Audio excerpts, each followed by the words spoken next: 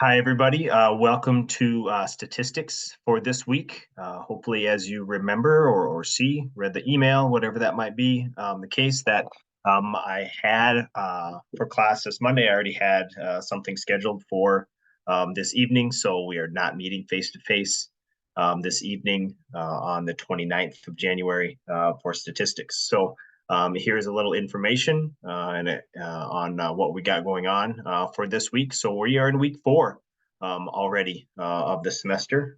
So three about 3 months left to go, actually. So it's going to go by fast, which is great. So anyway, so we're looking at chapter 2 in our Indigenous Statistics book for this week, and the title of that is Conceptualizing Quantitative Methodologies. And the assignment here, which I should remove that, says quiz, but it is not a quiz. It's going to be a reflection or kind of a short little essay about this chapter. And so you can see it says that right there. I have the chapter 2 of PowerPoint that I put together this afternoon here in attached to that, so you can take a look at that if you so choose. But as you pull that up, you're going to see it's going to be a little reflection about a component of this chapter. And so what you're going to do for this is not just refer to this figure 2.1 on page 75, which looks like this here in the book, but it's going to be kind of a starting point for that, because I want you to take a look at what these different components, of a research standpoint are. And so looking at this book kind of talks about, or this chapter talks about the conceptualization of like research methodologies. So it goes through like what a methodology is, like what's the definition of methodology, what does that mean? And then what does it mean in regards to how it looks to put like this methodology, this idea, how you look at things basically together. And so it takes a look at these 4 different positions in regards to methodology. So we have a social position, axology, ontology, and epistemology. Okay, so as we go through there, take a look at those, and I want you to give me your opinions, your thoughts on what our authors talk about in regards to this. Okay, they provide very detailed examples and descriptions of each of these 4 positions, okay? Each of these 4 components of that researcher standpoint. Okay? And really this comes back to us as a person, and I'll touch on a few of the things in the chapters here a little bit to kind of give you a baseline of that, but it touches upon us as individuals, our backgrounds, our experiences, those types of things. Okay. Some of the stuff in the book, as I read through it and reviewed it, did some notes on it, can be very complex in regards to what they're writing about, the terms that they're using, and things like that. So if you have questions on it, you want to talk about it, any of those things, please reach out and let me know, and I'm happy to do that for you in the evenings. Just let me know in the afternoons, whatever. It might be a 5 or 10 minute conversation. That's fine. So I do have several meetings and stuff going on this week during the week and in evenings and stuff, but we'll definitely find time to do that whenever we can for that. My weekends are typically open. If I'm not busy with something, I'm available. You just have to reach out and let me know. Okay. So you can choose to write about one of these positions, okay, specifically, or you can write about all 4 of them, or 2 of them, or 3 of them, however you want to do that, okay? But I want you, as it's your opinion, your thoughts, your reflection on this component of the chapter, be very critical. There's no wrong answer in terms of your opinions on that, okay?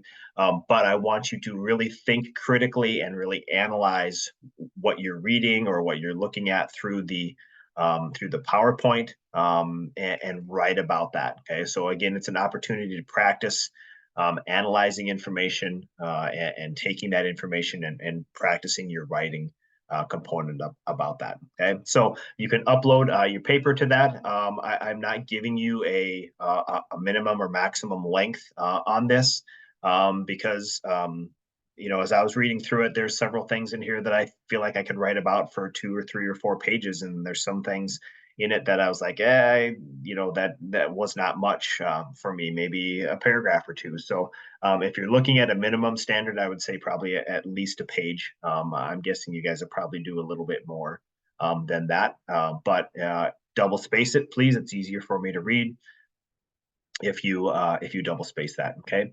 If you have questions on this, or you want to throw some ideas out, whatever it might be, please reach out and let me know. Okay.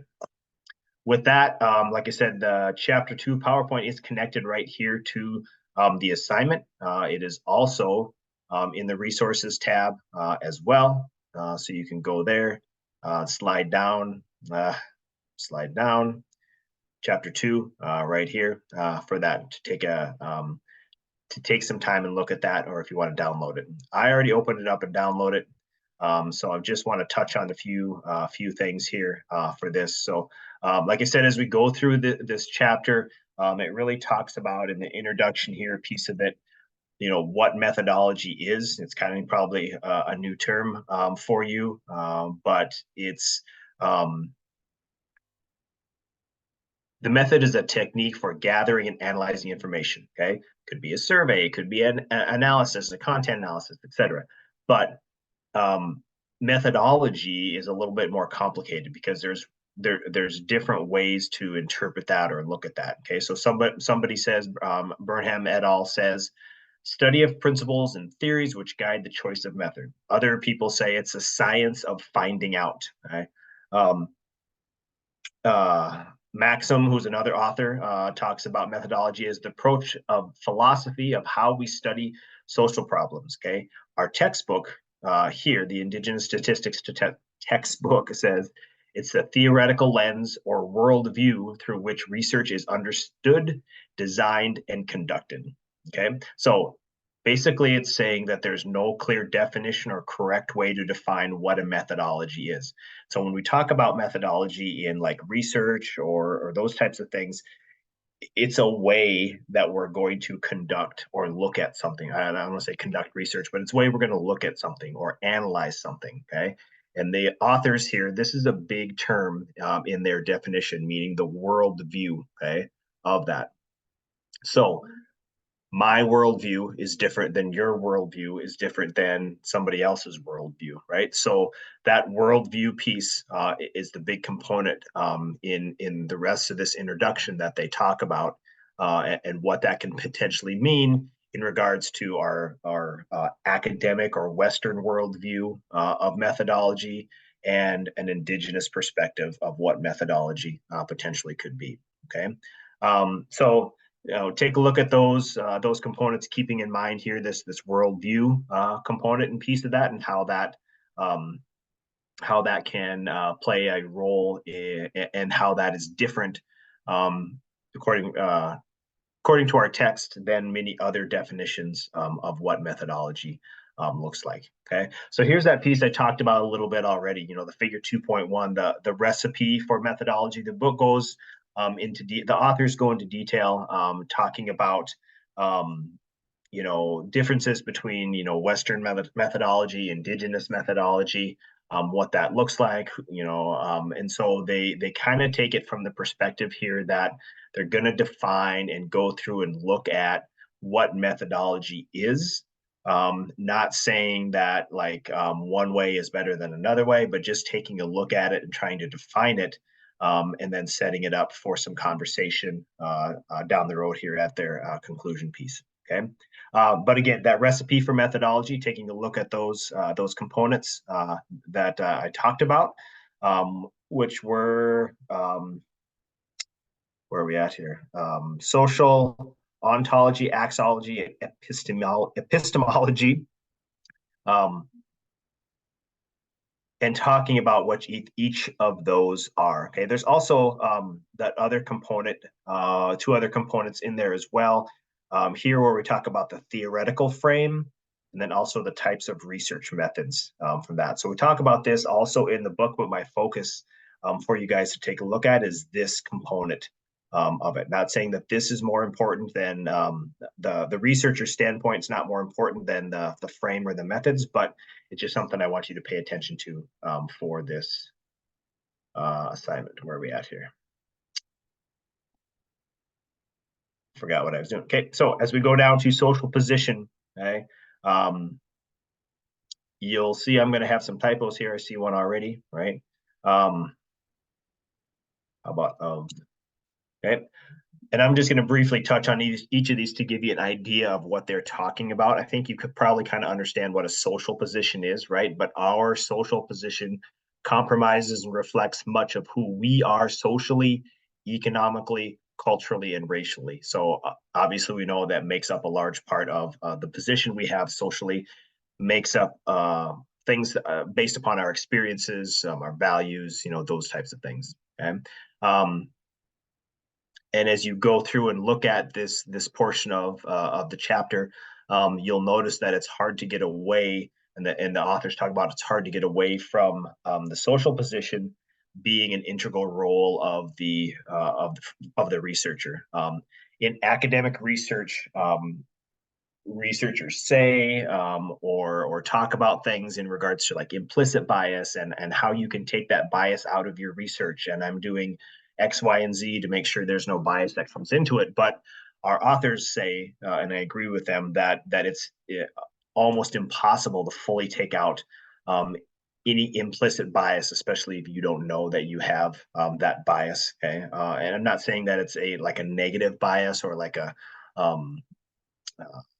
something that's necessarily bad. It just might be something that you don't know that you do, and that might impact like the research or the studies that you're doing with that. Okay, so the social position component here of this is very interesting. Oops, to take a look at here. Okay?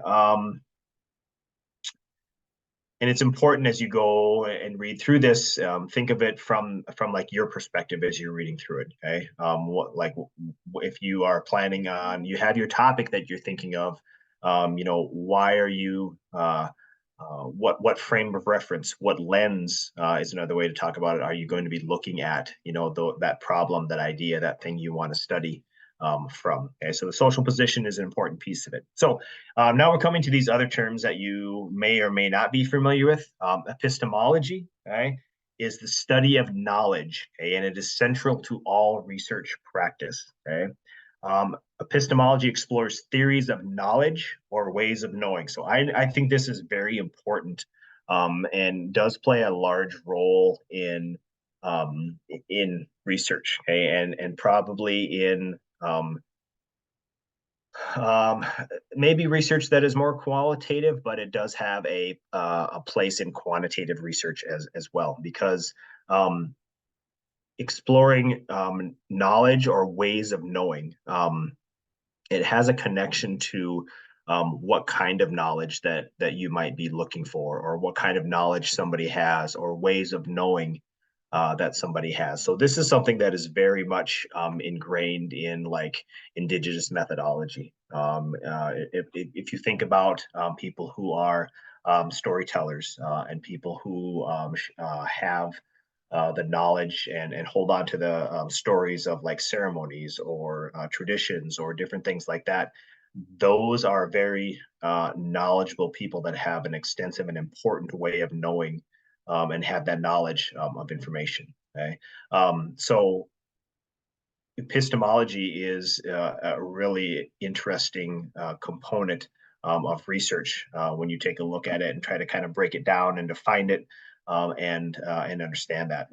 So here, the last piece I'll talk about for that is this last paragraph. It concerns itself with understanding how the rules about what is counted as knowledge are set, what is defined as knowledge, who can and cannot be knowledgeable, and which knowledges are valued by extension, are valued, and by which extension are marginalized. Okay, so what somebody might think of as important knowledge, other people may not, and vice versa, right? So it's important that again, going back to our social position, is going to influence what we might define as important knowledge, right, for compared to somebody else, okay, which allows us as a researcher to kind of really pave the way. I don't know about pave the way, but um, decide what is important for us to study and reach out to people that we know that have valuable information or knowledge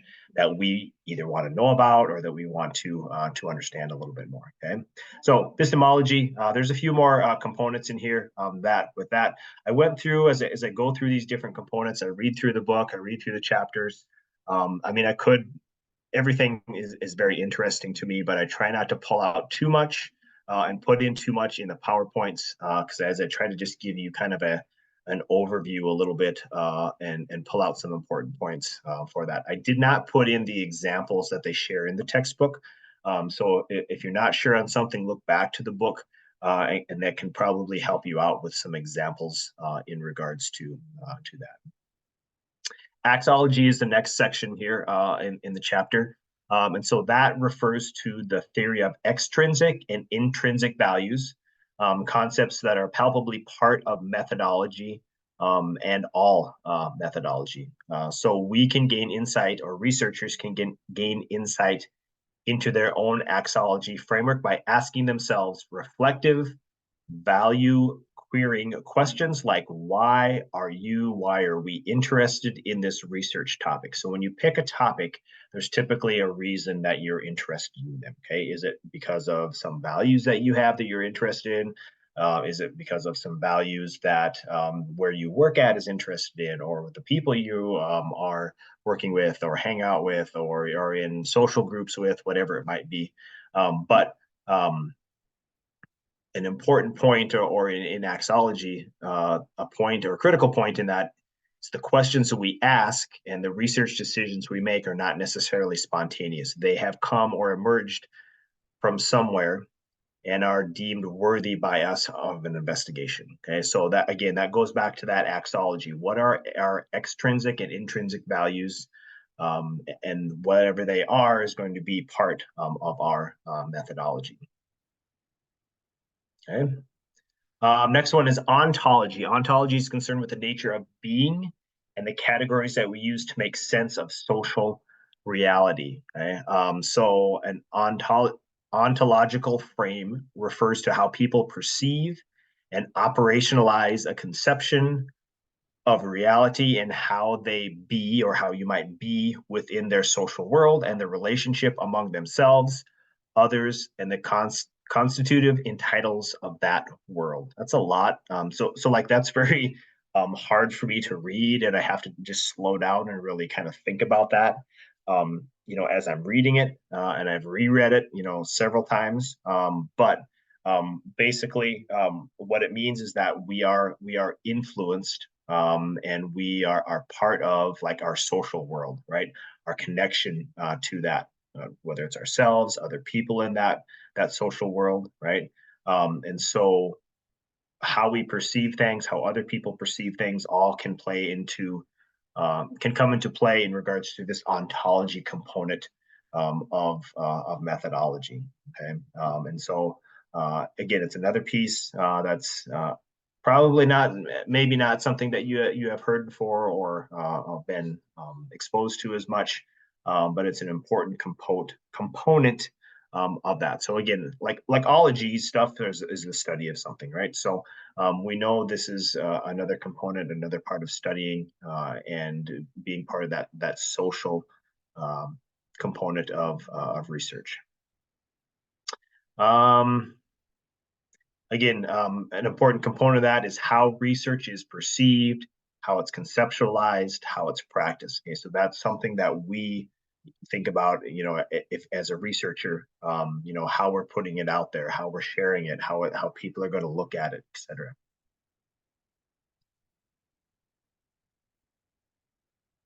Yeah, that's all four of them. Sorry, I thought I had another one for some reason. Okay, so those are the four components, right? Uh, not oncology, ontology, axology, epistemology, and the social position. Okay, so it's a large component of the chapter. And so again, take a look at them and make sure you review them, read through them. ask if you got questions on it. Okay. The last component or the last part of the chapter talks about the theoretical frame and methods. Basically, if you hear the term theoretical, like framework or theoretical frame, it's a way or it's a lens through which research is approached. Okay? And so the theoretical framework has a connection to the ontology, the axology, and the epistemology because of our experience. The lens that we're going to look at information from is typically from our perspective, okay, from our background, from our interest, from our information, okay? And that's what the book talks about here. Is the importance of understanding that theoretical frame and what it looks like. They do go through and provide some good examples in here in regards to the difference between Western academic norms, Indigenous norms, or serving Indigenous needs. There is a connection that while Western academic norms don't always best serve like Indigenous research or methodologies, they can be adapted and changed to serve the needs of Indigenous researchers.